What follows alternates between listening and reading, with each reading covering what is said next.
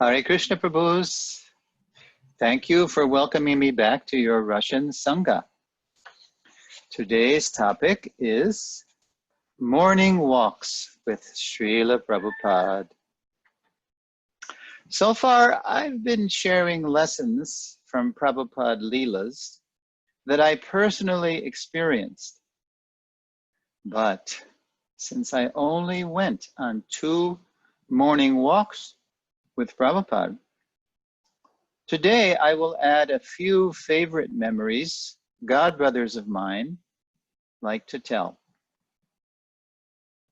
Now, if you've read the Srila Prabhupada Lilamrita, you know when Prabhupada was living alone as a sannyasi in India and also in his first months in America, he had practically no money. So, to save on transportation, he would walk as much as he could. After he recovered from his heart attack and stroke in May 1967, he began taking regular early morning walks with his disciples, along with daily massages to maintain his health, a practice he maintained for the rest of his life on earth. Actually, Prabhupada shared with us that because of the massages and the morning walks, that's how he's able to stay alive, even in such old age, traveling all over the world. Now, during my first 5 years in the Hare Krishna movement, I only saw Srila Prabhupada in large gatherings. Then, in early 1975, while serving as a book distributor in ISKCON's Gainesville, Florida temple, we drove down to Miami, where Prabhupada was visiting in late February. My temple president knew I was struggling as a book distributor, so to encourage me, he asked if I'd like to go on a morning walk with Prabhupada. I jumped at the opportunity. It was a chilly, gray morning on Miami Beach.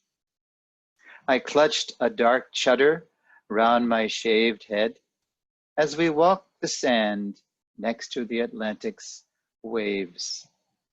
Since there was little room between the steep sand and the ocean, about a dozen of us followed Prabhupada single file, like little ducklings behind their mother. As the tide ebbed and flowed, devotees called out questions from behind, and Prabhupada would stop and turn around to answer. At one point, I stopped right in back of Prabhupada's head. Unfortunately, I didn't hear the question nor the answer that followed. I was simply mesmerized by Prabhupada's physical form, his golden brown head, his shikha, his silvery shikha, and overwhelmed by the fact that I was only inches away from the Jagat Guru, the spiritual master of the universe. Suddenly, I heard a voice, not from outside, but from deep within, a heart transmission, as clear as a bell. Yes, the voice said, you are right in back of Srila Prabhupada, but you are nowhere near him. I was mortified. Yet, the next instant, I became blissful. Wow, it's true. More important than Prabhupada's physical presence are his everlasting instructions. Vani is more important than Vapu. If I become devoted to Prabhupada's Vani, someday I will really be able to meet him in the spiritual dimension. As Prabhupada kept walking and talking, I still wanted to be near his body, but now only to hear him. This was my vaccination against his leaving this world nearly 3 years later.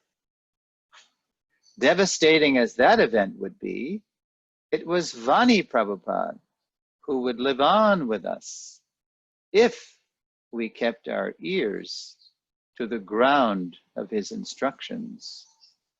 Quote, he lives forever by his divine instructions, and the follower lives with him.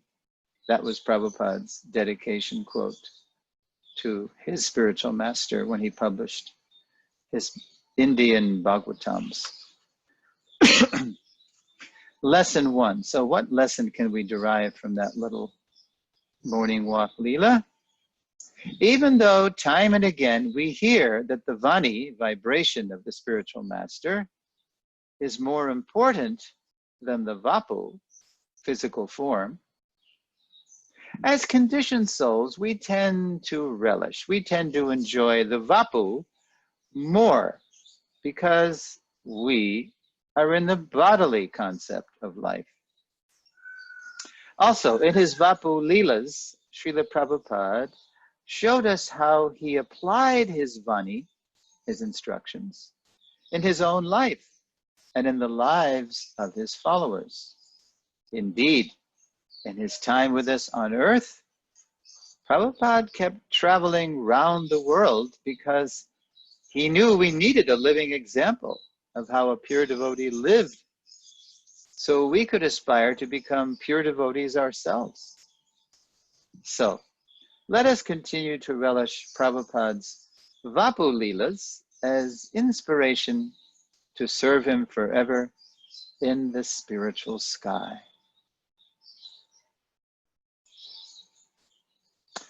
In his book, What is the Difficulty?, Srila Prabhupada's servant Shrutikirti Prabhu describes one morning walk in Perth, Australia.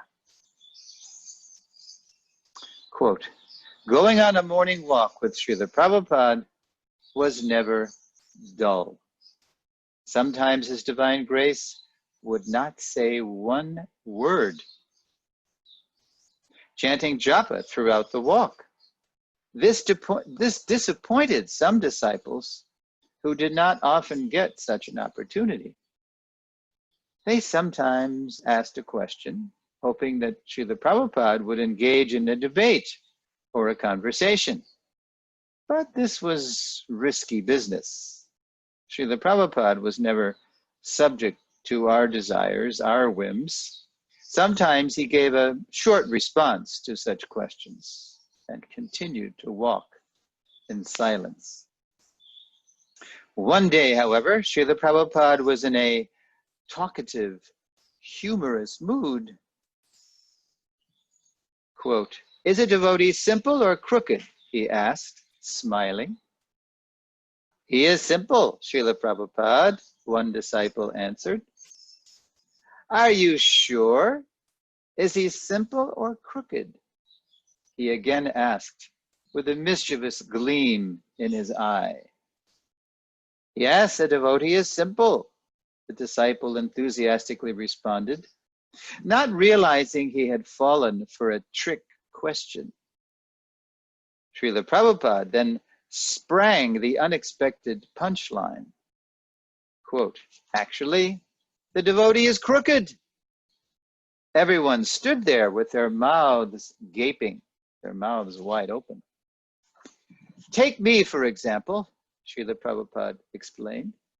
I came to your country and everyone was eating meat, taking intoxication, and doing so much nonsense. I tricked everyone. I've tricked all of you into becoming Krishna conscious. So in that sense, the devotee must be crooked, because he must be able to trick, just like I have tricked everyone. No one wanted Krishna consciousness, but I have tricked you. Srila Prabhupada was the Acharya. He taught us by example. And again, on the morning walk, he demonstrated the art of tricking us. Lesson 2. So what's the lesson from that lila? Srila Prabhupada's transcendental trickery should not be confused with mundane crookedness. When Krishna or his pure devotees transgress ordinary morality, it's always for a higher purpose. On the battlefield of Kurukshetra, for example, when Krishna told Arjuna, or told Yudhisthira, to tell a lie, or when he told Arjuna to transgress Kshatriya Dharma and kill the disadvantaged Karna, Krishna was doing those things for the ultimate good of the world. Similarly, Prabhupada's tricking us out of our materialistic ways to become devotees was for our ultimate benefit. Before our lives as aspiring devotees, we were simply thieves trying to enjoy the property of God for ourselves. But if we follow Prabhupada and Krishna without trying to imitate them, we will be saved from materialistic criminal life. The next morning walk takes place at John Lennon's estate in England. On a morning walk with Srila Prabhupada at Tittenhurst, John Lennon's park estate, Guru Das tells his story. Quote, "The expansive grounds of Tittenhurst Park were shrouded in morning mist. From the gallery and old servants' quarters, where we lived, Srila Prabhupada, Purushottam, Jamuna, and I strolled past the main house. There was a manicured grass yard that sloped onto a long open field area where Prabhupada liked to walk. The early morning air was wintry and cold, and our breath made smoke-like patterns in the frosty air. As we walked, I saw a worm heading right for Prabhupada's feet.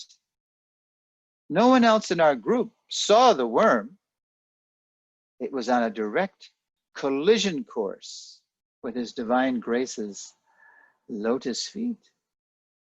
I thought maybe I should say something and save the worm's life.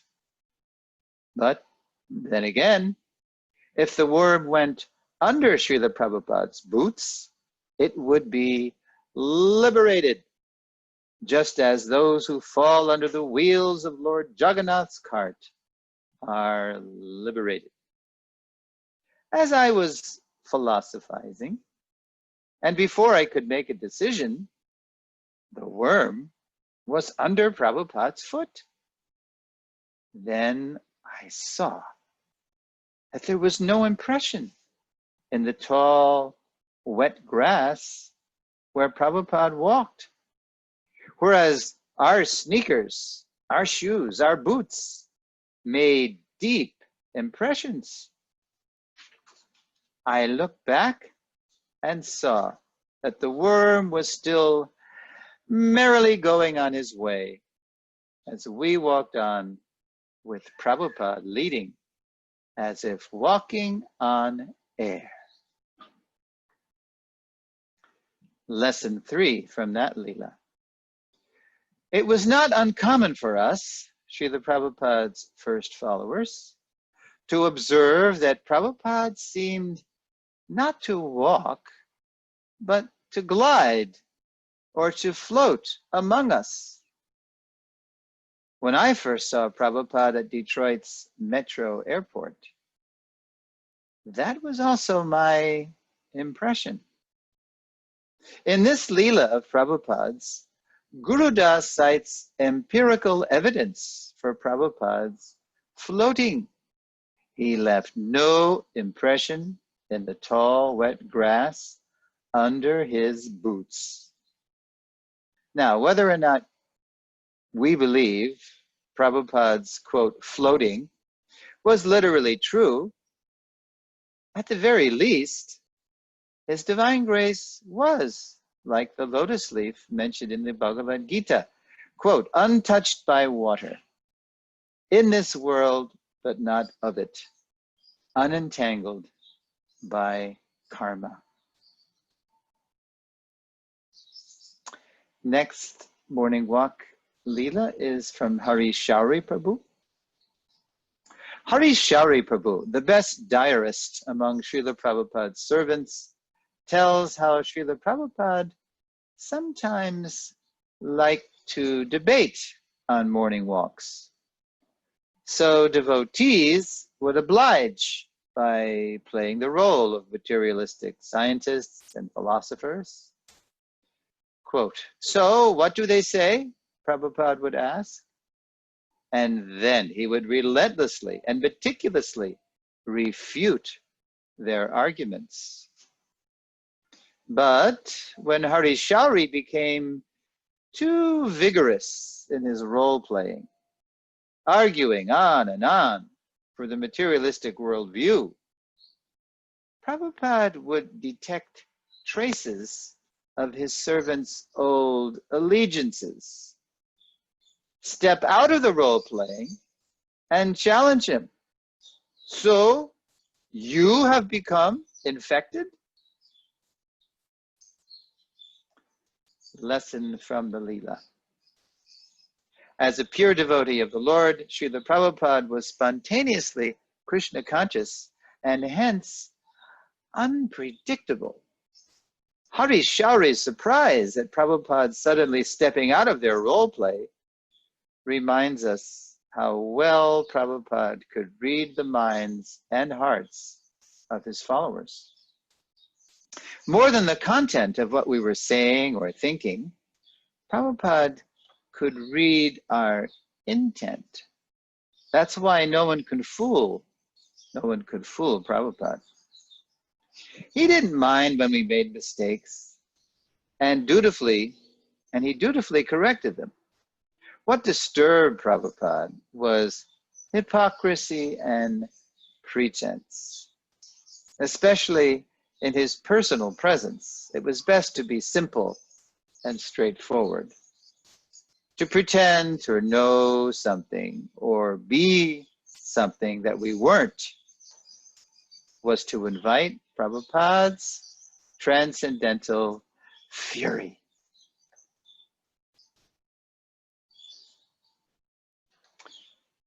In his book, My Glorious Master, Borijan Prabhu recalls, quote, once on his morning walk in Calcutta, Prabhupada pointed to the Victoria Memorial and reminisced how he had climbed the construction scaffolding during his youth. A devotee noted the height of the memorial and remarked to Prabhupada, oh, you must have been very brave. Prabhupada replied, I am still brave. Otherwise, how could I have come alone to your country? Prabhupada was brave, and by his preaching words and preaching deeds, he inspired his disciples to bravely serve Krishna. Based on Prabhupada's bravery, devotees filled with strength and encouragement took great risks and spread Krishna consciousness throughout the world. I'm thinking now of Russia, where Ananta Shanti bravely spread Krishna consciousness all over Russia and risked his very life. Lesson from that Leela.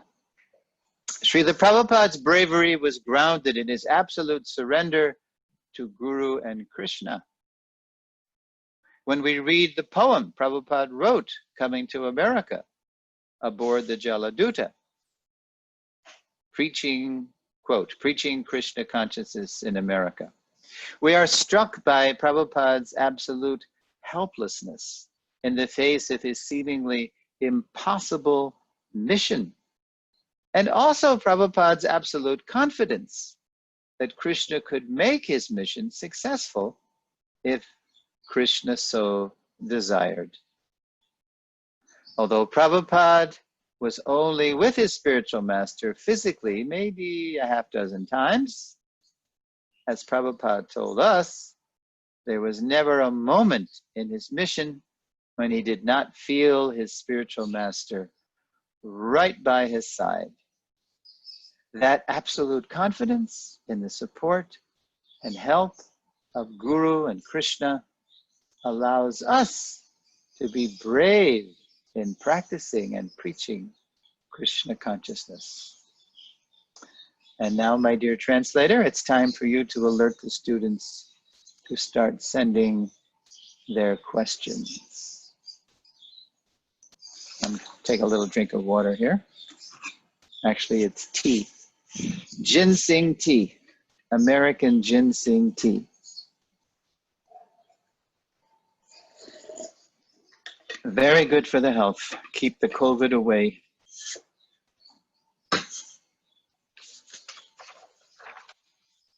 My second and last morning walk with Srila Prabhupada, now it's back to my walks, happened in June 1976 in a park by the Pacific Ocean near Los Angeles. It was shortly after 6 a.m. A golden sun rose over Santa Monica's clifftop gardens.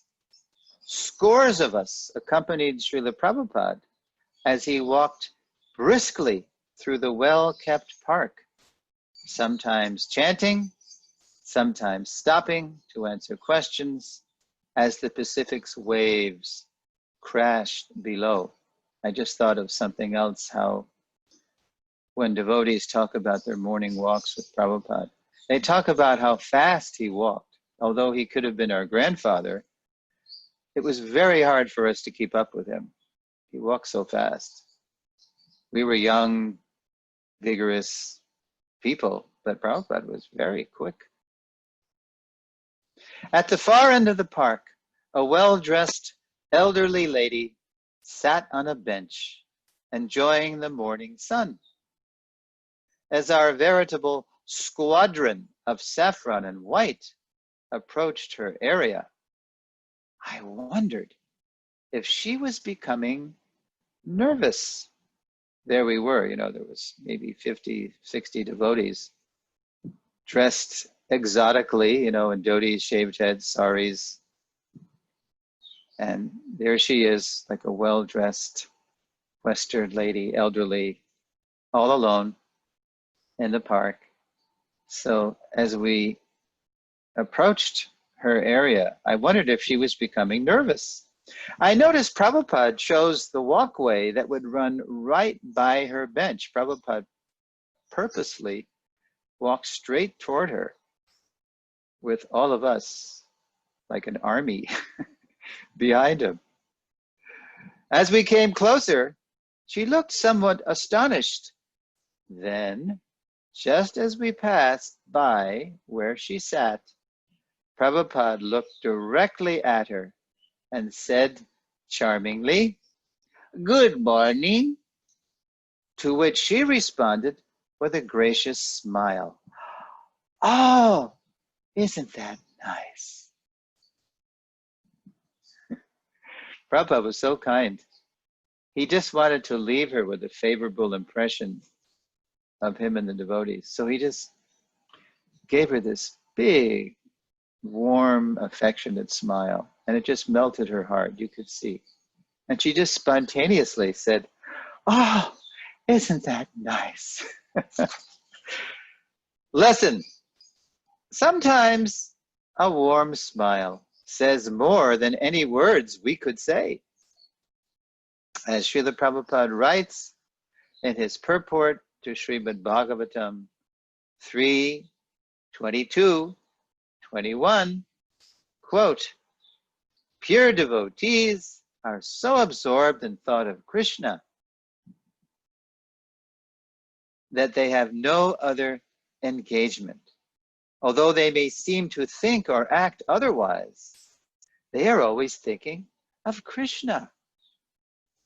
The smile of such a Krishna-conscious person is so attractive that simply by smiling, he wins so many admirers, disciples, and followers. Just like that lady. She immediately was charmed, and she thought we were all so nice. Okay, Prabhus, thanks for listening. Now I'll be very happy to take your questions and comments. Hare Krishna. Dear Sureshvara Prabhu, thank you. Thank you for amazing narration, as always. And first question is, who usually had the privilege of accompanying Srila Prabhupada on his morning walks? How was the list decided? Can you just give us some insight into that? Excellent question. Actually, like Prabhupada, that was unpredictable, completely unpredictable. It really depended on many things. It depended, number one, on how Prabhupada was feeling, because after all, he was very elderly, and he was always struggling to keep his health, because he's elderly, and he's going non-stop around the world, 12 times. He just didn't stop. So it was always a challenge for Prabhupada to keep his health. So if he wasn't feeling well, or it was raining, sometimes if it was raining, then Prabhupada he wouldn't even take a walk, but he would take a ride. He would take a morning ride to some nice area, Beverly Hills, or again, Santa Monica by the beach, or Prabhupada liked beaches and parks, nice, like swans. They like nice clear lakes, like that.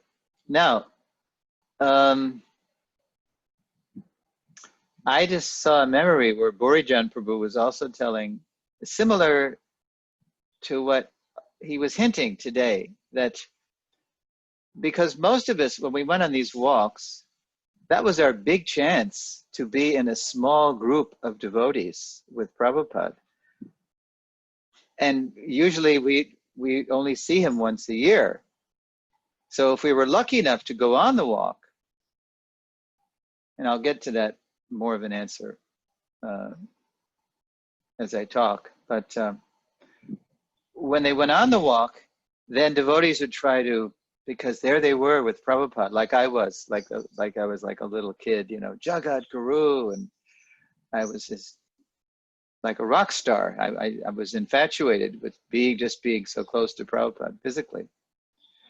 So then they would try to provoke some intimate conversation with Prabhupada, but Prabhupada did not appreciate when devotees just started talking or asking questions just for the sake of making small talk, just to get Prabhupada to talk, as though he was there to entertain them or to thrill them. Prabhupada, he didn't like that. That's why Borijan Prabhu said, Prabhupada, if anybody made a small talk or a frivolous question or comment, Prabhupada just either he would be silent, he wouldn't even respond, or he would just say something very short. We say curt, terse. The shortness of his answer was a signal that this is not proper, that you're just saying something to make me respond to you. The spiritual master is not our order supplier. He doesn't supply our orders. So how it was decided who would go on the walk Like in LA, that LA walk that I got to go on a couple of walks in LA because there were vehicles available and there was big expansive parks for Prabhupada to walk in. So it was kind of open.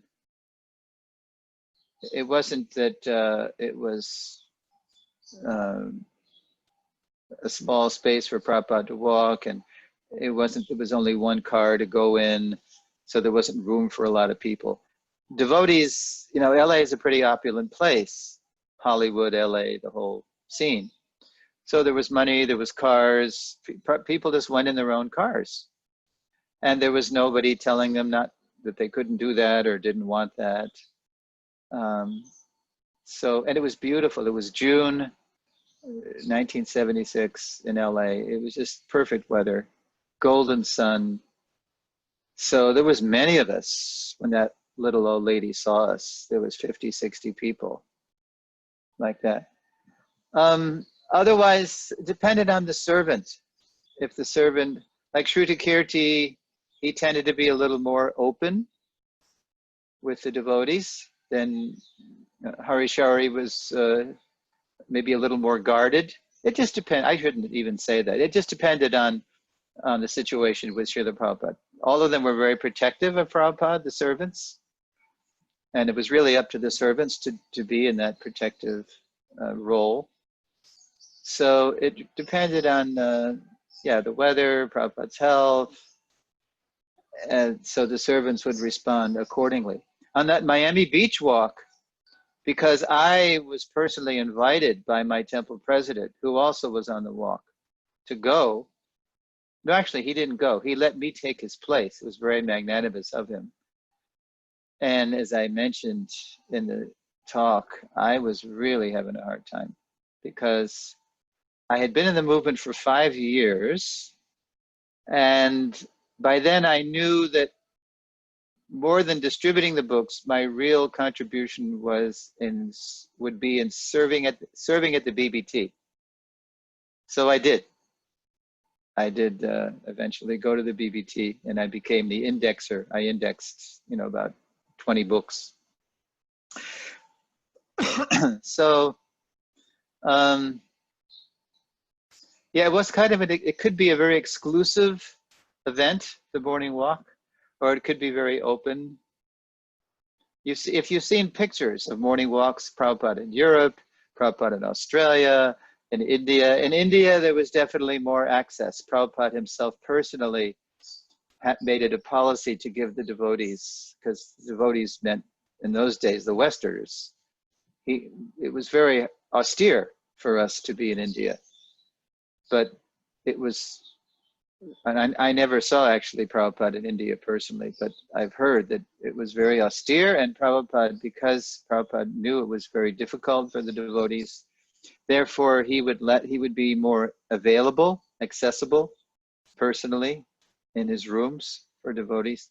And it was more open for morning walks and darshans. And so like so many things, the short answer is, well, it all depended. It all depends.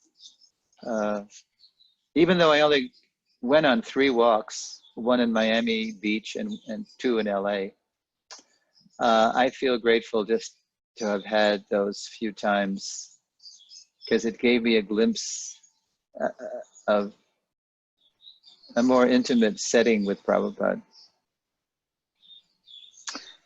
Thank you for the question. Yeah, Jai. So walk with Prabhupada, that is something to be treasured, right, and cherished in your heart, like very valuable possession of the heart. Just Definitely. Yeah, I mentioned that. Yeah, go ahead. Yeah, you've mentioned that you were distributing books, and we know that Srila Prabhupada, for him, this service was one of the most important services, right? Maybe you can share some stories from book distribution from that time. Sure. Yeah. My most productive book distribution was in the 1970s. Of course, when I was younger, I had more energy. Although still here in Tucson, Arizona, I still distribute books in a more relaxed way. Just walking in the neighborhood and sharing Prabhupada's Gitas. But yeah, when I was a young man, I'm just thinking of all these adventures. My God. Yeah. Well, in Florida,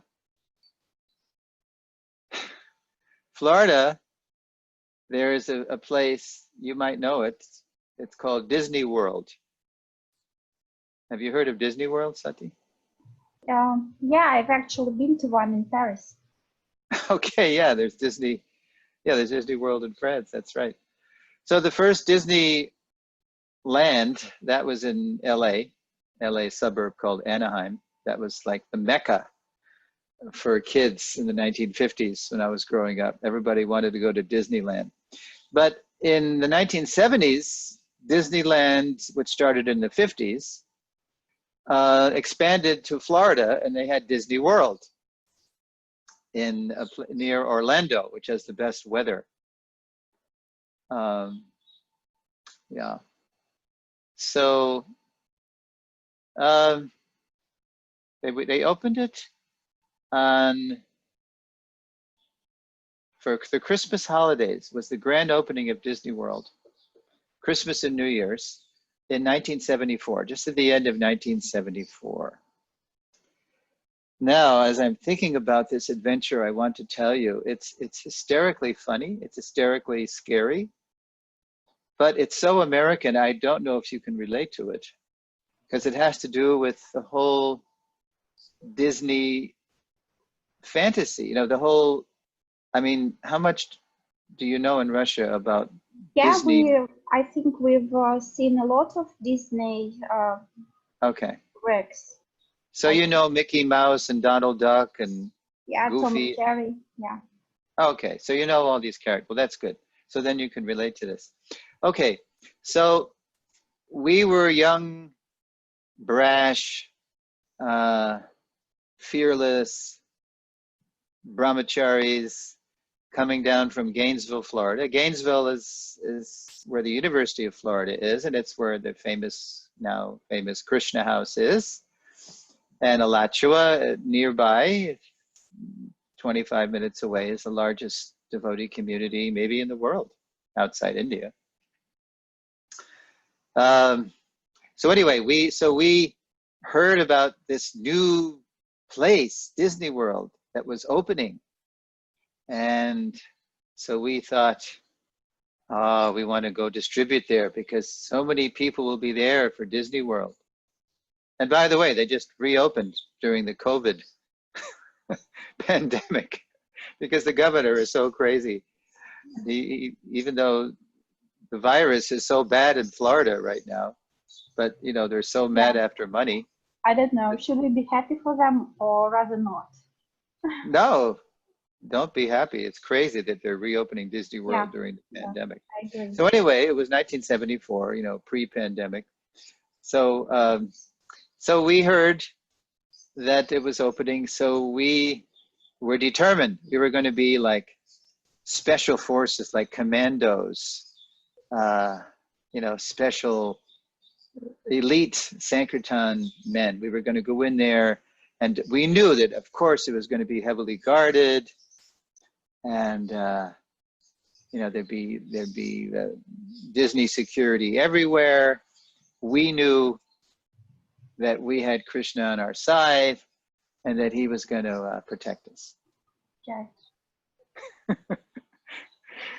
So, of course, Krishna's protection works out in many different ways, but so we went down there. It's about a 2.5 hour drive from Gainesville, and we got there around around noon, something like that. And we had had a breakfast before, so we had energy, and we didn't need to take prasadam again. So we were, and I was the leader of the party at that time. So I said, okay, Prabhus, here's the plan. We're all going to go in separately, And we had, you know, not, just regular street clothes on. We were disguised. We had wigs. And we were shaved up brahmacharis, but we had wigs, and we had just regular street clothes. We didn't look like devotees, but we had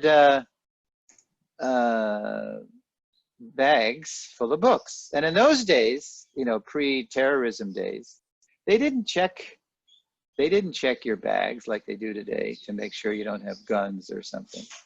We just pretended it was our lunch, you know. So we just had bags of books. So we had Bhagavatams, and yeah, we had all kinds of little books, big books. So we all went in separately, so they didn't suspect a party of invaders. We just went in individually. We sort of spaced out when we went in. One would go in, then 10 minutes later, another would go in, you know, like people parachuting out of a plane. Yeah, like undercover agents. Right, undercover, behind the lines, right? So we went in, and we were pretty practiced at, you know, staying out of way of security, because that's how we did in those days. We just were sneaking around malls and concerts and big venues. So we were distributing books undercover in all these places like Tomorrowland and Fantasyland and Adventureland and all these fantasy places, you know, these Walt Disney creations that everybody knew, identified with from television and movies. So then it was mid-afternoon. The plan was that we'd all, after we had distributed for several hours, so maybe 3, 4 o'clock, we'd all come back outside and get our wrists stamped. If you had already paid to get in, and then when you were leaving and planned to come back in, then the authorities would stamp you with a stamp on your wrist to show that you had already paid.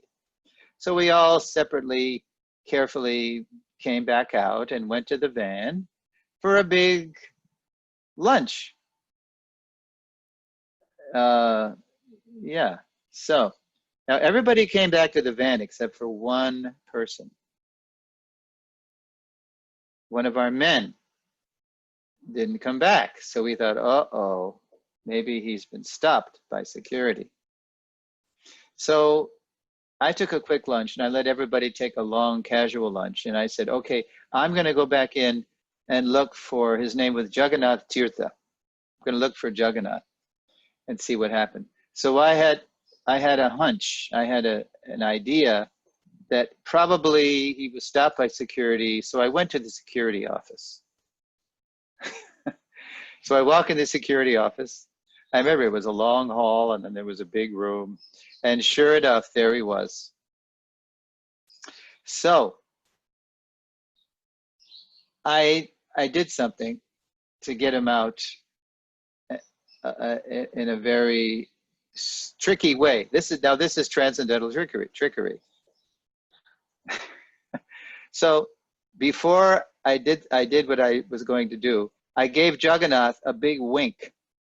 I winked at him, and that was a cue to let him know that what I was going to say now, I was just going to play a role. I was going to act. I was going to put on a big act, and that he should not be disturbed by what I was about to say.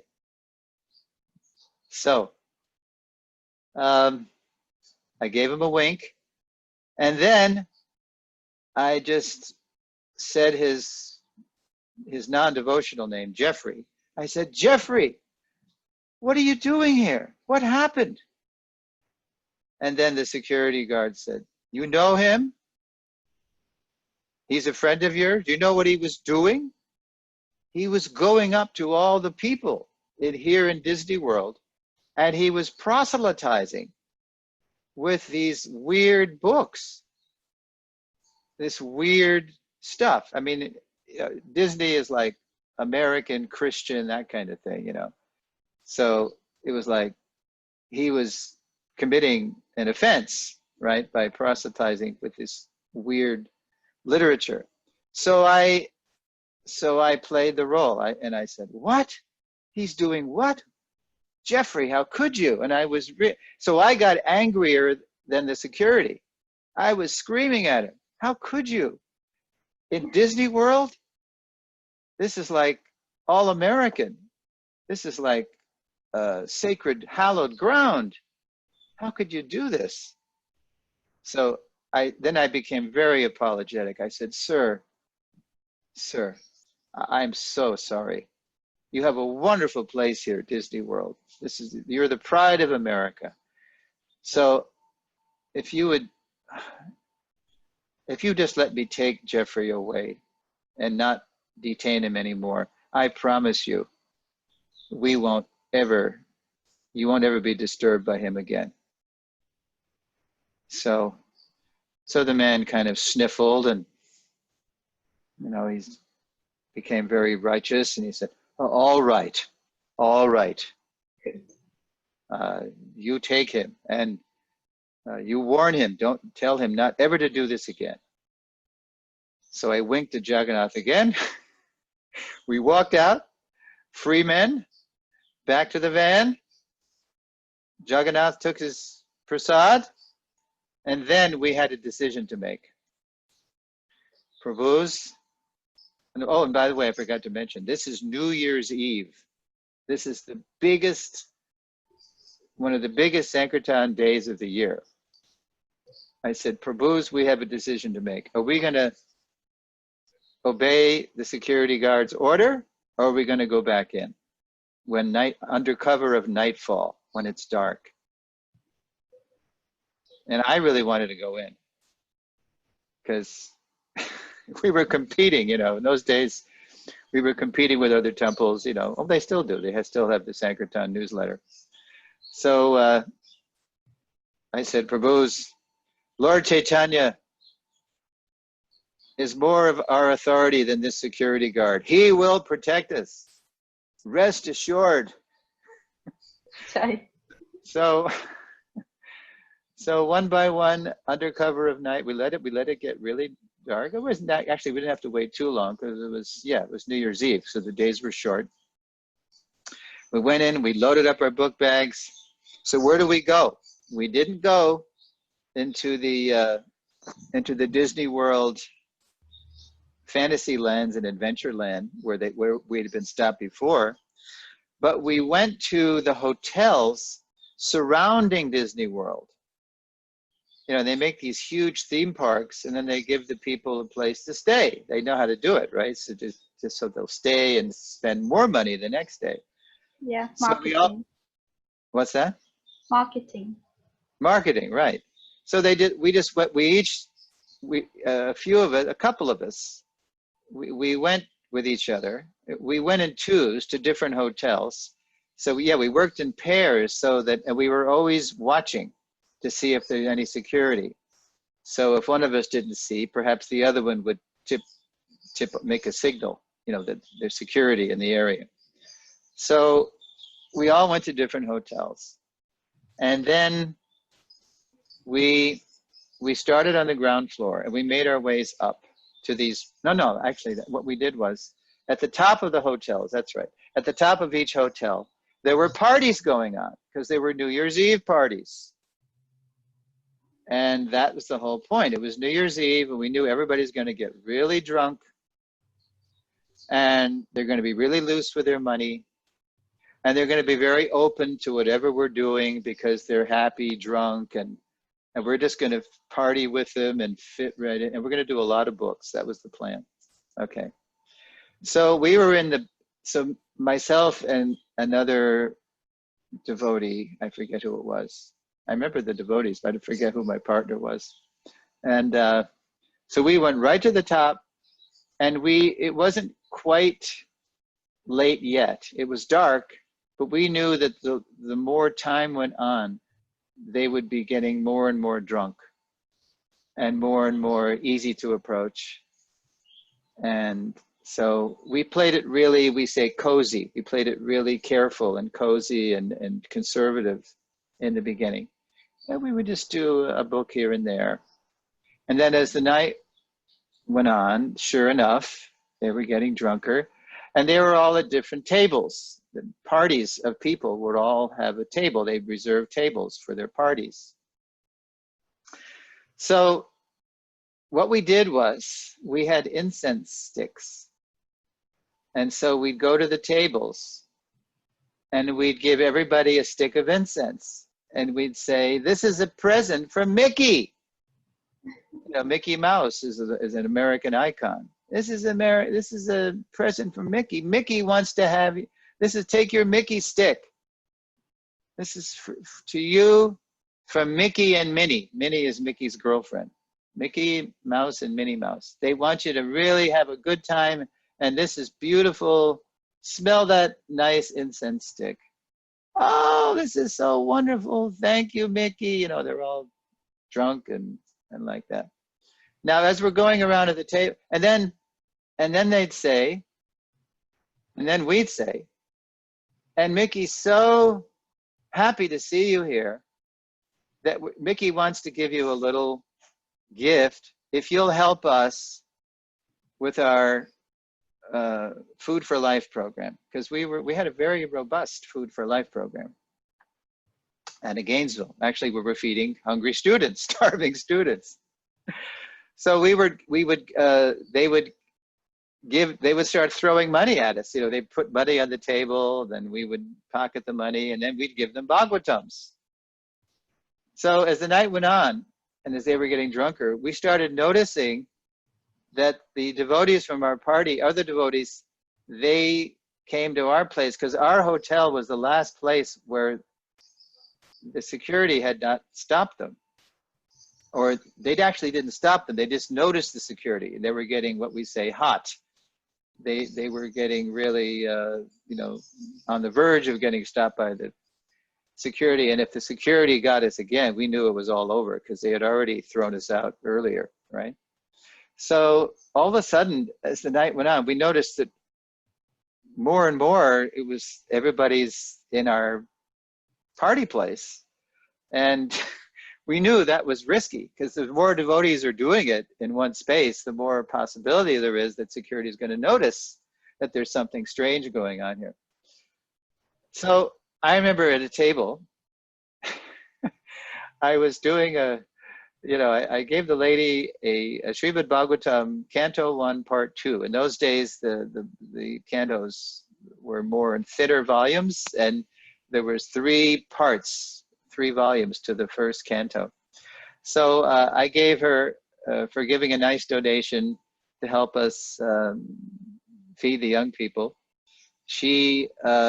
I gave her a 1-2, Canto 1, Part 2. And she looked at it, and she saw, you know, on the cover of the first canto, there's the cosmology. There's Radha and Krishna, you know, Krishna Loka, and then there's Paravyom, the spiritual sky, it's effulgent, and then there's Devi Dham and the material world. So she looked at the cover and she said, Harold! Harold was the name of her husband. Harold, look! I got Part 1 this morning in O'Hare. O'Hare is the big airport in Chicago, biggest airport practically in traffic in the world. I got Part 1 in O'Hare, and now I've got Part 2. Isn't this wonderful? These people are helping people all over, you know. So I thought that was the best thing, you know, that there's this lady, she had been blessed by Bhagavatam Part 1 by the devotees, yeah. You know, at O'Hare Airport, and she's flying to Disney World from Chicago to Orlando. And now she's got Part 2. And just at the peak of my ecstasy, I saw all these security guards. They started coming in, and they had spotted us. So I quickly gave this signal that we had worked out to all the devotees. I might have even roared something. I might have even said, Hari Bol, something like that. Don't forget, this is a very loud party place. So yeah, so I said Hari Bol, and I was making gestures, and we all just ran. Whatever we had, books left in the bag, and whatever Lakshmi we had, I just made a signal we should just run. So we ran. And we didn't take the elevator because we noticed it was slow. We ran down the stairs as fast as we could. Ran. And the old security guards, these old kind of avuncular, which means uncle-like, you know, elderly security guards, amiable, genial, older security. They took the elevator. So we beat them. We beat them down. And we ran out of the building. And these, these hotels that are surrounding Disney World, they're separated from Disney World by water, by man-made moats, you know, these water things. So to get from Disney World to your hotel, you take this nice Disney boat, kind of nice little Disney World boat, you know. So we noticed as we were running that there was a launch, a boat, just about to take off. And these security guards, they were coming out of the building now, and they were running after us. And so we all running together, young men, you know, and then we just jumped. The launch was just taking off. It was starting to separate from the land. And we jumped on the boat and we said, "Happy New Year!" Because it was New Year's. That was the thing too, right at New Year's, this all happened. And then, and the guy goes, "Happy New Year, you just made it." And then he took off on the launch, it was a motor launch. And there are the guys, you know, shaking their fists at us on the shore, you know, on the hotel shore. So it's true, Lord Chaitanya did protect us. And then I wrote an article about it for the Sankirtan newsletter. And I called it Merry Krishna. And then there's a character in Disney called Dumbo. He's an elephant. Merry Krishna and the Mad Dumbo Offense. The Mad Dumbo Offense was that, you know, we had burst their Disney World bubble by distributing books. You know, we invaded them. So that was probably the wildest story. Well, there's another one, but anyway, but I don't want to take up the whole time. Yeah, thank you for this transcendental blockbuster. Only in the 70s in Sankirtan. It was by hook or by crook, and do what you got to do. And crazy. It's much better now. To please Prabhupada. Yeah, we were doing it to please Prabhupada, but you know, stuff we did, we're still living down from those days. Yeah. Now, Vaisheshika Prabhu was the World Sankirtan party leader, and he's training people properly. So we're glad for that. So people don't have to do what us veterans did. Okay. Are there any questions about the lilas and the lessons and the morning walk?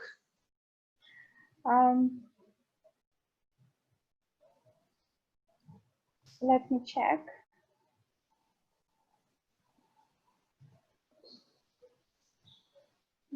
Was there any special topic Prabhupada would talk during morning talk? So it was just, I don't know, is the word random appropriate? You got to repeat that. Say it again, Sati. Did Prabhupada had a favorite topic for conversations during his morning talks, or it was kind of random? Mm-hmm. Yeah, it was all over the place. It was, you never knew. He was unpredictable. And in fact, on one of the morning walks that I went on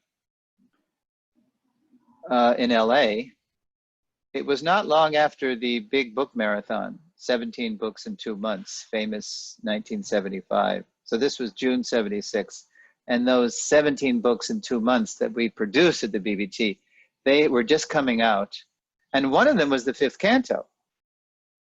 And the 5th canto, as you know, from chapters 15 through 26, is all about the Vedic cosmology, right, which we're trying to show in the TLVP. So, I mean, it was so revolutionary, you know, to read that stuff. That was the first glimpse we had of Vedic cosmology.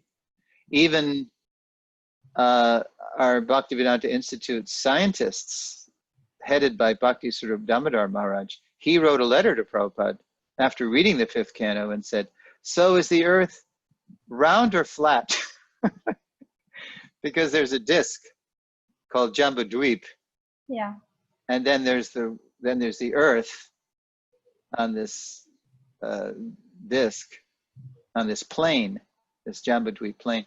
So Prabhupada wrote a letter back and said, so the earth is round because the Sanskrit word in the verse was gola, Sanskrit, gol in Bengali. And gol means round. Yeah. And then Prabhupada said, so, but if Shukadeva Goswami had said the earth was flat, we would believe that. We would accept that because by following Shukadeva Goswami, we go back to Godhead. And by following the materialistic empirical scientists, we go to hell.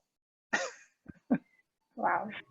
So anyway, on this morning walk, one of the morning walks, Prabhupada's talking about the universe and the position of the planets according to the Bhagavatam. And especially, you know, how the moon is further away than the sun.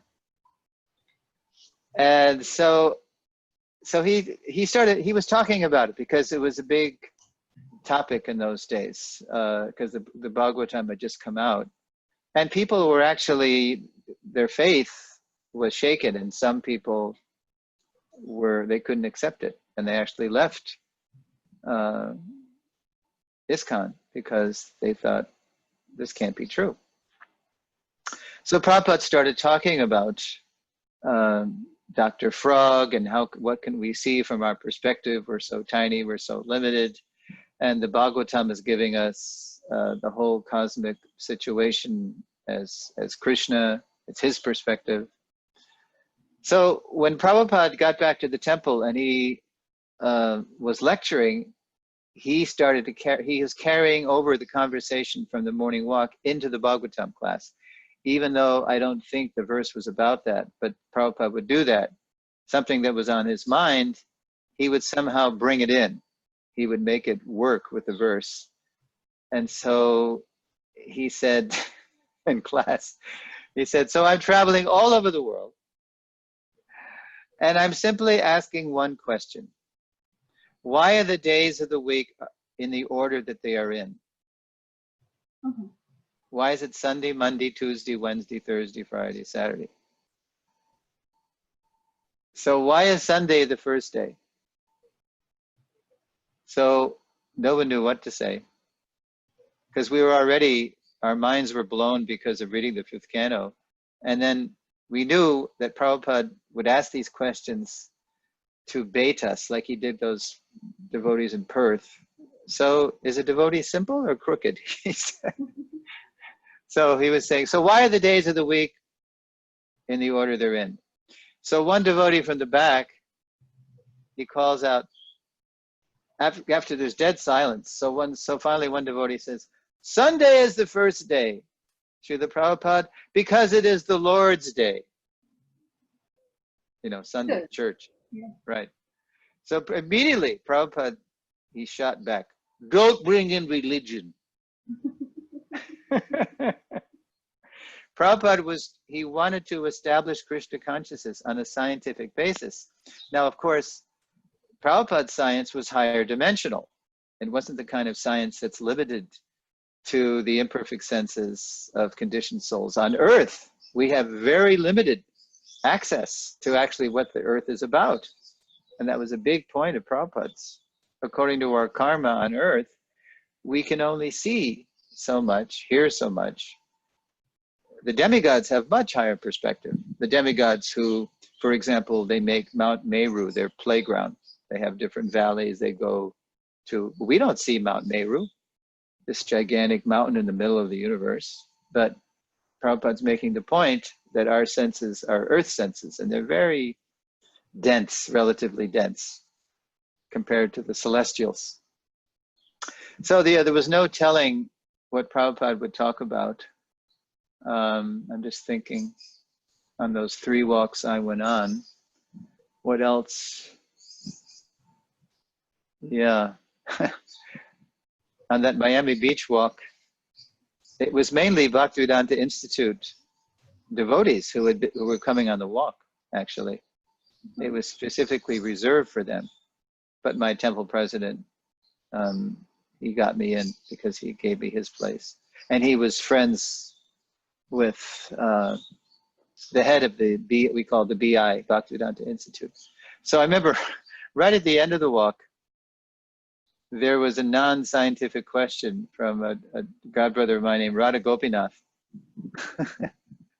And we were off the beach now. We were getting into the cars, and Shruti Kirti was holding open the car door for Prabhupada, that the car that Prabhupada was riding it. It was just Prabhupada, Tamal Krishna Maharaj, and maybe a couple of others. So, and Shruti Kirti, he was the servant, but he was going to go back and ride with us. So right before Prabhupada got in the car, this Radha Gopinath, godbrother of mine, he said, Srila Prabhupada, in the Bible, Jesus said, I am the Alpha and the Omega. I am the beginning and the end. Could Lord Jesus be a pastime of Lord Brahma?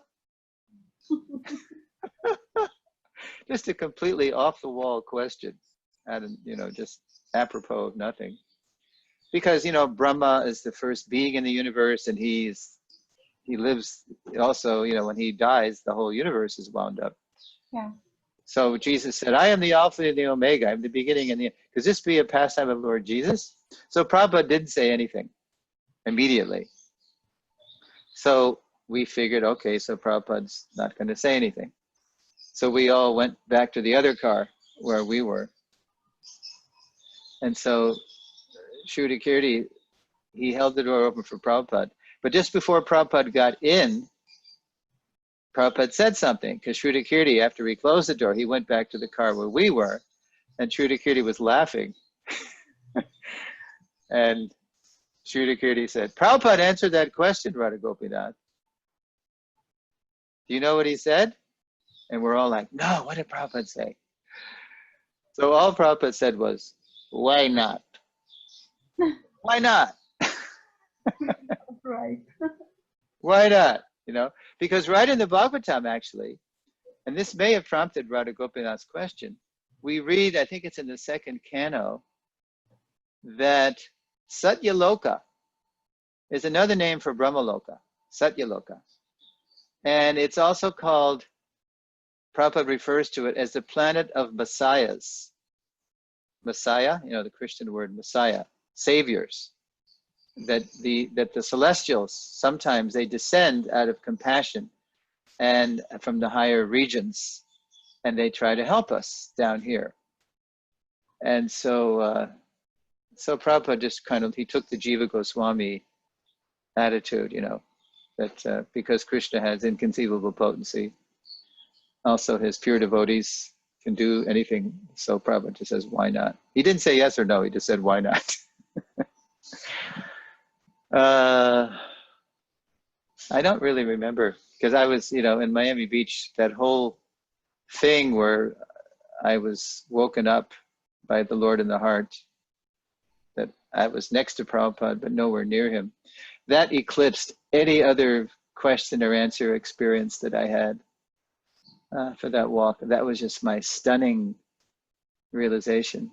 Well, it was blissful. Yeah, actually, it was blissful that we can all be close to Prabhupada. And actually, when Prabhupada left, that was the realization we all had. When Prabhupada left this world, and we heard that Prabhupada had left, and we were devastated, but we felt like now Prabhupada's entered more deeply into all of our hearts. He's eternal, we're following him. He lives forever by his divine instructions, Prabhupada said, how he dedicated his Bhagavatam. And the follower lives with him. Because we all felt that it wasn't just a few people who were traveling around the world with Prabhupada. We all felt that now we all had an equal access, even more somehow. It was Prabhupada's mercy that he left physically, but he more deeply entered into all of our hearts. And that same realization, that same availability is available to any follower of Prabhupada, not just us Diksha, first generation initiates. Okay, it looks like time is up, but I was very happy to share that with you. Yeah, thank you. Today it's just the shower of mercy from you. Thank you. Prabhupada. And we have a comment from Sergey. He writes, Hare Krishna, please accept my humble obeisances. Thank you for your enthusiasm. Thank you. Yeah, that's our life. We start talking about Prabhupada and we come alive with Prabhupada's Shakti. Prabhupada was more enthusiastic than any of us. Now I'm the same age Prabhupada was, right? And I'm going on 74, and Prabhupada was in his 70s. He left when he was 81, and so he just inspired us.